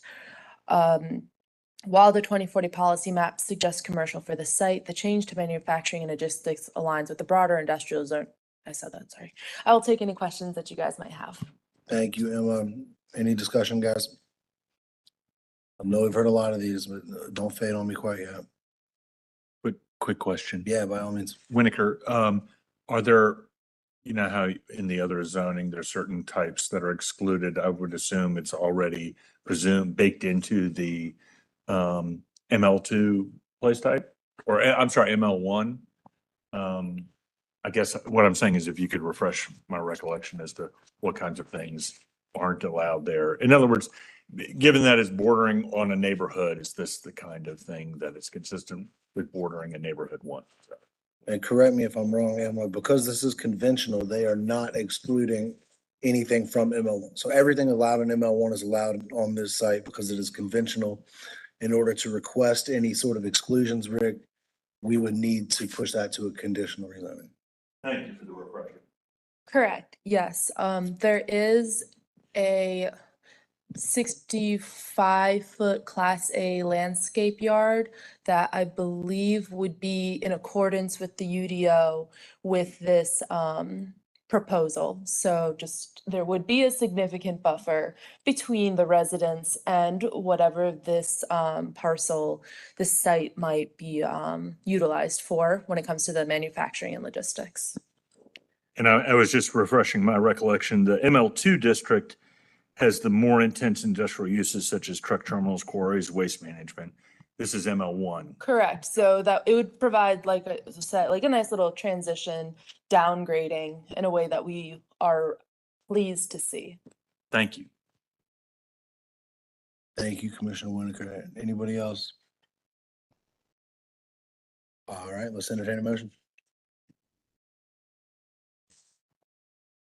Winokur, motion to approve, having reviewed the petition and considered the consistency statement prepared by staff to approve this petition, I move that we recommend approval of petition number 2024-070 as it appears before us in the adoption of the consistency statement prepared by staff. Second, Stewart. Motion by Winokur, second by Stewart. All in favor, please say aye. Aye. Right, unanimous. Coming down the home stretch, we have petition 2024-071 by the Drakeford Company. Michael, please. Sure. This is approximately 10.25 acres located along the east side of Shorthorn Street and the west side of East W.T. Harris Boulevard, north of District Drive. The current zoning is R12 MF, which is multifamily residential conditional, and NS Neighborhood Services. The proposed zoning is a site plan amendment, so it's R12 MF CD, site plan amendment, and Neighborhood Services site plan amendment. The 2040 policy map calls for neighborhood 1 and neighborhood center place types here.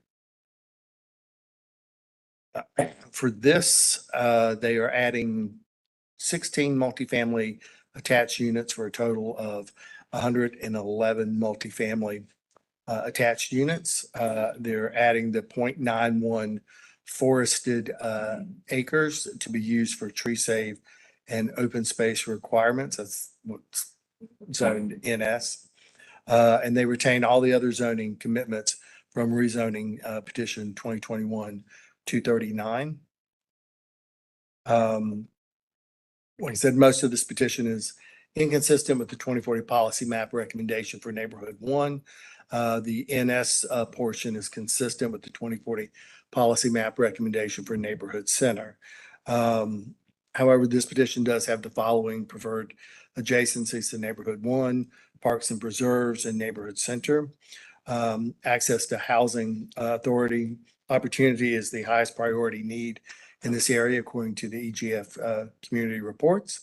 So the subject property is within an access to housing opportunity gap. The petition is within a half-mile walk shed of major trail access point. And it's a quarter or a half mile of an activity center. The petition proposes to increase the number of middle density housing options in transition areas between low intensity neighborhoods and higher intensity place types. It could facilitate the following comprehensive plan goals of the 10-minute neighborhoods and neighborhood diversity and inclusion. There are no outstanding issues, and staff does recommend approval of this petition. Thanks. Thank you, Michael. Any conversation around this one, guys? So just to clarify, it's a site plan amendment to add 6 units. Okay, and then with the previous site plan, did it offset the tree save to that little horn? The previous did not have that. Okay, got it. So we can assume they acquired that, pushed the tree save out there, add 6 units. All right, cool. I have no problem with that. Anybody else? All right, let's take a motion. Stewart, having reviewed the petition and considered the consistency statement prepared by staff to approve this petition, I move that we recommend approval of petition number 2024-071 as it appears before us and the adoption of the consistency statement. Shaw, second. All right, motion by Stewart, second by Shaw. All in favor? Aye. Aye. Unanimous. Thank you very much. Next, we have petition number 2024-074 by Maracas Holdings LLC. Holly, please. Thank you. This site is 1.3 acres along the northeast side of Marvin Road, generally located along the southern edge of the Valentine neighborhood and in an area primarily is characterized by multifamily residential uses with access to goods and services half a mile away along Johnston Road. It is currently zoned neighborhood 1A and they are looking to go to neighborhood 2A. That proposal is inconsistent with the policy map's recommendation for neighborhood 1 at this site, but I will just also point out real quick on the revised draft policy map, not yet approved, the long-range planning team did identify this area for a potential change to N2 on the policy map from N1. Just recognizing the surrounding context of the area and what they expect for development on this site. This is a conventional petition, so there is no associated site plan. The petition would allow all uses permitted by right and under prescribed conditions in the neighborhood 2A zoning district. And we recommend approval of this petition, although it's inconsistent with that recommendation for neighborhood 1. This parcel is adjacent to multifamily, future and existing multifamily stacked and attached uses along all sides. And it's generally located in an area where it's appropriate to allow for denser residential product types, given its proximity to neighborhood servicing establishments, its frontage along a major arterial road, and its location along a corner lot. A conditional petition we did not think would be necessary for this request, given the size of the rezoning and the existing development patterns in the area. And I'll take any questions. Thank you, Holly. Questions about this one? Teresa, was that a hand? Yes. Commissioner McDonald. Yeah, I'm in agreement with staff on this one that, I mean, if you look at everything on the other side of Marvin Road, this fits, and I would be supporting it. Thank you. And in addition to UR2 on one side and R12 on the other, right? There's not like it's in one anywhere. Kind of seems like a leftover parcel, to be honest. Anyone else? All right, in that case, we'll entertain a motion. Motion to approve, Sealy. Having reviewed the petition and consider the consistency statement prepared by staff to approve this petition, I move that we recommend approval of petition number 2024-074 as it appears before us and the adoption of the consistency statement as it also appears before us. Thank you. Motion by Sealy, second by Shaw. All in favor? Aye. Aye. Unanimous. Last one, guys. 2024-078 by Tri Point Homes Holdings. Teresa, is this one you again? Actually, Dave is gonna present. Dave, oh, save the best for last. Thanks, everybody. I object. Teresa's the best. Good morning, Dave. Afternoon, evening, and good night. Let's see. So 2024-078, like I said, it's under half acre. It is part of a previously rezoned property back in 2019, 2020. The request is taking this from UR2 conditional, and we would also be doing a site plan amendment to maintain that UR2 conditional piece. The place type is for neighborhood center, and this would be consistent with that. The request essentially is to modify a transportation note, that is note 3.3, to not require dedication of levee-way until such time as development area C is constructed and a connection through levee-way is made. If ever, this should override the right-of-way dedication timing tied to the issuance of the first certificate of occupancy for the site. All other conditions of the previous approval of 2019-080 remain intact. Again, as we explained at the hearing, the intent was to not ever make this connection. The note did specify that in a way. However, there is kind of an umbrella note that states that all rights of way have to be dedicated before the first CO.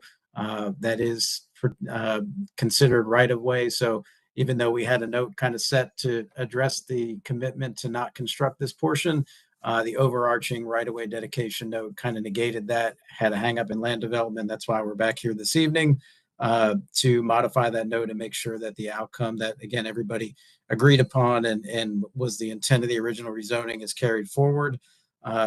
Any plans or any changes to any approved land development plans would need to then potentially be revised and readdressed through the land development process should this rezoning be approved. So just wanted to make sure that's clear to everybody. But at this time, we do recommend approval. Again, this does kind of maintain the original intent of this rezoning and just clarifies that note to get the outcome that I think we all had the understanding of back in 2020 when this was approved. So with that, I'll take any questions you may have. Thank you, Dave. Any feedback, guys? Aaron, or Commissioner Shaw, sorry. So I can't recall who was still in attendance at the city council hearing when we heard this or had this public hearing. There was a very passionate resident. I wouldn't even say neighbor because I don't believe he was necessarily in the area, but resident, and also I believe he was a city employee who gave several comments on or felt passionately, I should say, about this connection, or at least the dedication of the connection. There were some comments regarding, turnaround locations for fire trucks and other things brought up in his information-filled speech. And I'm just curious if it's something that CDOT would have any, I believe CDOT's approved this, but I'm just curious if CDOT had any reaction or comments to, or concerns about the lack of, dedicating this right away as part of the CO process for the developed properties. I'm assuming we still have CDOT on the Zoom. Yeah, hi, Natalie King, CDOT. So yes, we will definitely look into that. I've already talked with Fire. And I do agree that we need to look and make sure that there is the appropriate turnaround, which they can submit a bulletin drawing for or an RTAP. But yes, that is something that was brought to our attention and we intend to follow through. And sorry, just follow up. Does outside of the turnaround, does CDOT have concerns with the current density?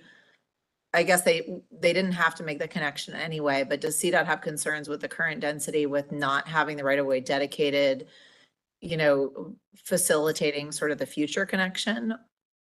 No, there's no concerns. Okay, thank you. And it looks like on here, there's no outstanding issue from Charlotte Fire either. Anybody else? McDonald. Yep. It's not probably a useful statement, but just looking at this area, all things aside, I'm sure we would all like that connection, another way out of this development. And so it mystifies me why we're coming back to take this connectivity out of this plan that was approved. I don't say that I would vote against it, but it seems like a logical connection that should be made. Dave, can you maybe speak to the rationale there? Sure. Yeah, the neighborhood at the time of the rezoning back in 2019, 2020 did not want the connection made. The note that was provided that would at least get that outcome, again, was crafted in a way that would reflect somewhat of a phasing of this project, and that last phase, really never being a part of it. So they would ensure that connection that the neighbors didn't want would not occur. But that was something, again, that was brought up during that process. It was a pretty strong opposition from the community to have that connection made, and also by the council member at the time was supportive of that. It's just, again, the timing of it and the way that it was worded in the notes captured the outcome that everyone wanted, but there was again a blanket note that talked about all rights of way being dedicated, and that kind of tripped up the overall outcome that the community, again, did not want, which was that connection to Levee Way happening. And Thank you, Dave. it really only provides another outlet to the same road. And they do have a connection to Monroe as well on the plan. So there is a couple points of connection for this project. The Levy Way one, again, was just one that was not desired by the community. And so even though it's shown on that plan, it was never the intended outcome. And the notes did reflect that overall, but we just, again, got a little bit caught up in the nuance of an umbrella note for right-of-way dedication. So. Thank you very much. Does that answer your question, Teresa? Yes, it does. And just looking at it a little wider, I see that, you know, Commonwealth doesn't really go anywhere in the other direction. So, yeah, it really makes only gets more you back out sense. to Monroe Gotcha. Road. Yeah, to the signalized intersection there. I think there's also a bit of a creek crossing that would have to occur as well, which I think there were some, you know, general environmental concerns with it. I don't think, you know, we've seen certainly larger creeks get crossed, but I know that was another aspect of the conversation with this particular connection. And Teresa, I can tell you this, if we heard this from scratch today, we would push for that connection. But I don't think that, given the concessions that were made previously and the fact that this is a site plan amendment, that's going to, at least for me personally, affect the way that I feel about it. Does that make sense? Thank you, Dave. No problem. Thank Any you. other discussion, feedback, questions, comments? Well, I think just, Andrew, to clarify your point too, this isn't a matter of making the connection, it's a matter of dedicating the right of way, right? So the result of denying this petition isn't gonna get the connection, it's just gonna dedicate the right of way, as opposed to having the next developer or the next person that's involved in the site doing it. Correct. Correct. Yeah. Thank you for that. All right, let's have a motion on this one. I'll close this one out.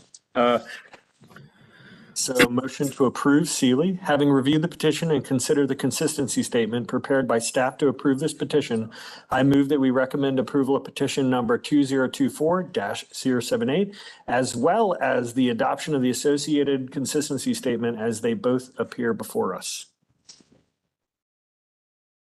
Motion by Sealy, second by McDonald, second. Donald. All in favor, please say aye. Aye. And we are out of here. Everyone, please keep an eye on your emails tomorrow or the next day. We will be getting something about moving our November 5th meeting to the 6th.